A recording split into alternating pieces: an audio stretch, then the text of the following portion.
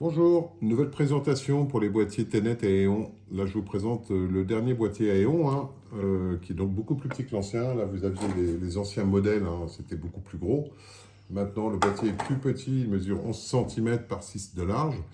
Gros avantage, vous avez juste une prise à passer. Vous passez ça à travers votre cadre. Vous venez fixer les deux vis sur votre T supérieur de moto. Une fois que c'est fait, vous prenez la prise d'origine de la moto, vous la branchez dessus. Vous mettez le contact donc sur la moto et le compteur va donc démarrer. Donc vous retrouvez toutes les fonctions de la moto, la vitesse, le contour, le point mort, les rapports engagés, la 1, la 2, 3, 4, 5.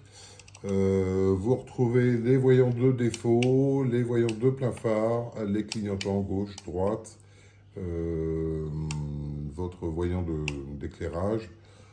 Tous les voyants d'origine vont apparaître. Vous avez donc le voyant de jauge quand vous serez sur les 7 litres qui s'allumera comme ça. Les voyants d'ABS éventuellement s'ils sont connectés encore. Le voyant de charge de la batterie, de température, d'huile. Et le voyant de starter. Gros avantage de ce système Aeon, vous avez un petit QR code sur le boîtier, ici. Vous téléchargez l'application. Une fois que vous avez téléchargé l'application, vous allez le retrouver avec un miroir de votre compteur. Il suffit simplement donc de faire un scan Bluetooth et vous retrouvez la même chose. Vous voyez, si je change de vitesse, j'ai la même chose sur mon compteur. Tous mes voyants, je vais les retrouver en bas. Ici, vous allez retrouver les pleins phares, les voyants de température, les voyants d'huile, le voyant de starter. Tout ça, on va retrouver. Vous pouvez aussi donc changer éventuellement les fonds d'écran. Il suffit d'aller donc dans le setup, vous pouvez mettre le kilométrage d'origine, changer la circonférence, éventuellement changer les fonds d'écran. Vous aurez 4 fonds d'écran différents. Ce modèle-là, donc c'est le ovale. Il existe aussi, je vais vous montrer juste après, la version 2001 où vous l'avez aussi en rond. Ce sont des boîtiers en aluminium type aviation. C'est de la fabrication française. Ça reste super propre comme produit. Voilà. Donc là, vous avez ici le 2001. Pareil, on va retrouver la même chose. Et puis donc, ces possibilités qui sont quand même assez sympas, c'est de pouvoir changer, éventuellement changer vos fonds d'écran. Vous allez sur le menu du compteur. Là, je vais le reparamétrer, celui-là. Donc, je vais me reconnecter avec ce compteur-là. Je retrouve les mêmes informations. Et quand je vais dans le setup, je vais retrouver mon setup ici. Je vais pouvoir éventuellement changer mes fonds d'écran.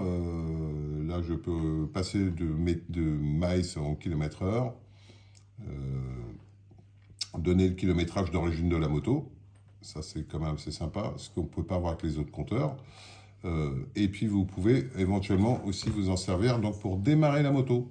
En branchant vos fils, vous appuyez sur ce bouton-là, ça mettra le contact. Et vous appuyez ici, ça coupera le contact de la moto. Donc, votre téléphone pourra donc remplacer vos clés. L'Aeon existe donc en couleur noire, en noir mat, comme ça. Vous pouvez l'avoir aussi en couleur aluminium.